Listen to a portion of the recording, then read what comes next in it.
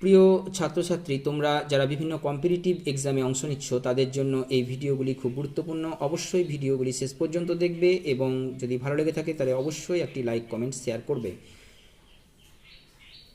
12 নম্বর দাগে যে প্রশ্নটি রয়েছে, আমরা আজকে ইন্ডিয়ান ইকোনমিক্স এবং ইন্ডিয়ান কনস্টিটিউশন, এখান থেকে আমরা এই প্রশ্নগুলি সলভ করছি।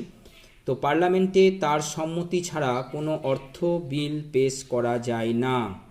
অপশন সি, ভারতের রাষ্ট্রপতি, তার সম্মতি ছাড়া কোনো বিল কিন্তু পাস হবে না। তোমরা দেখলে ওয়াকআপ বিল রাষ্ট্রপতি সাইন করার পরে সেটা কিন্তু কিসে পরিণত হলো?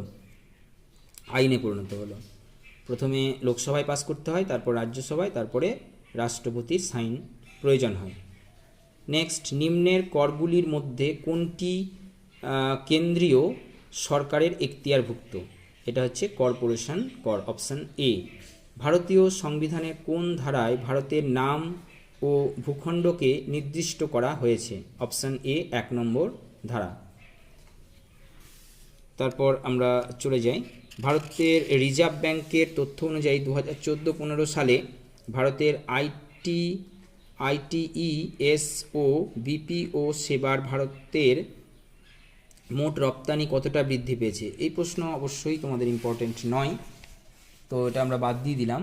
নেক্সট হচ্ছে যে ভারতীয় সংবিধানের কোন অংশে নাগরিকত্ব সম্বন্ধে বলা হয়েছে? খুব ইম্পর্টেন্ট প্রশ্ন এটা তোমাদের, ভেরি ভেরি ইম্পর্টেন্ট। এই প্রশ্নের উত্তর হবে অপশান বি, 2 নাম্বার অংশে। ঠিক আছে।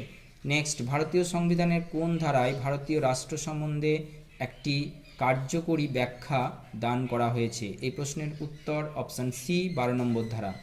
ভারতীয় সংবিধানের কোন ধারায় সর্বপ্রকার অস্পৃশ্যতার অবলুপ্তি ঘটানো হয়েছে? এটা হচ্ছে অপশান ডি, 17 নম্বর ধারা।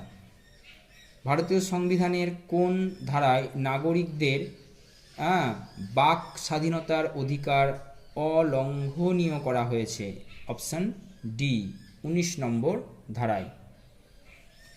নেক্সট, ভারতীয় সংবিধানের কোন ধারায় বলা হয়েছে যে কিছু সীমাবদ্ধতার মধ্যে প্রত্যেক ধর্মীয় সত্তার ধর্মীয় এবং সমাজসেবামূলক কাজের জন্য প্রতিষ্ঠান গড়ে তোলা এবং পরিচালনা করার অধিকার থাকবে? এটা বলা হয়েছে 26 নম্বর ধারায়। উত্তর অপশান সি। নেক্সট, ভারতীয় সংবিধানের কোন ধারায় বলা হয়েছে যে রাষ্ট্রীয় অর্থানুকূল্যে যেসব শিক্ষা প্রতিষ্ঠানগুলি পরিচালিত হয়ে থাকে সেখানে কোনো ধর্মীয় শিক্ষা প্রদান করা যাবে না? এটা বলা হয়েছে 28 নম্বর ধারায়, অর্থাৎ অপশান ডি। Thank you.